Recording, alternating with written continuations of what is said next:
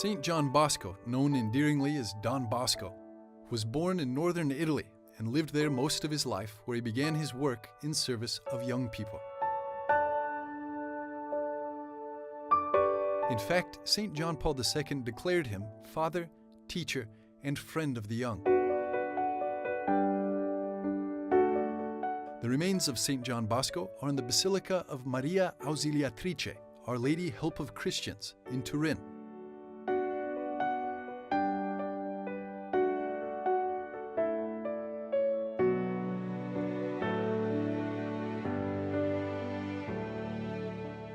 A place of devotion that welcomes many pilgrims from all over the world.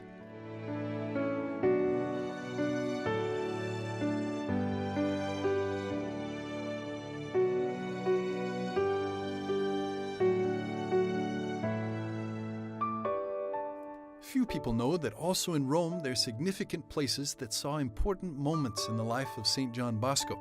This is the present headquarters of the Salesian General Curia.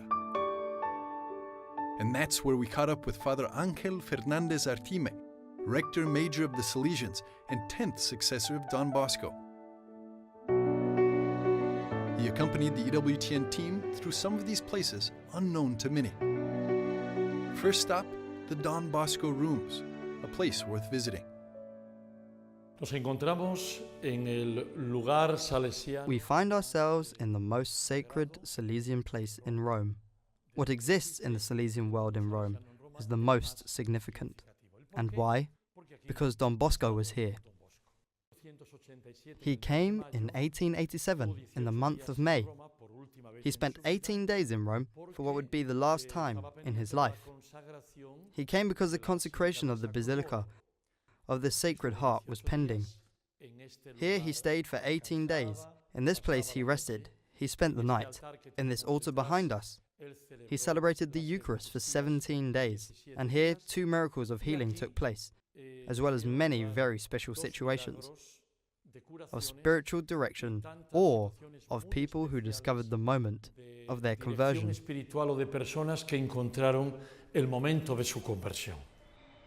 But what is it about Don Bosco's personality that's still attractive today?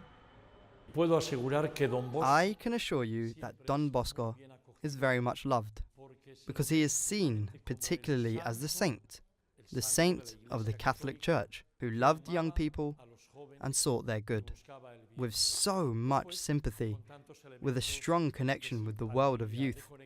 There are so many things he had in his time that today we also try not to lose.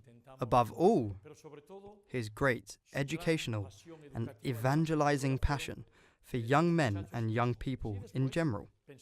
And then he thought about the girls too, dreaming up a feminine branch with the Daughters of Mary Help of Christians to do the same, as he had done in Valdoco, with boys and the first Daughters of Mary Help of Christians in Mornese.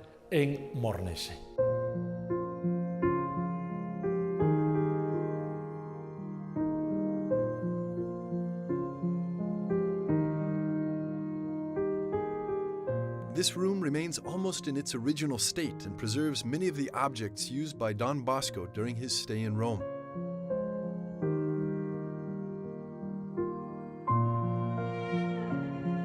Some of them are part of a small Roman Don Bosco museum, which is located in the center of the city next to the Basilica of the Sacred Heart of Jesus.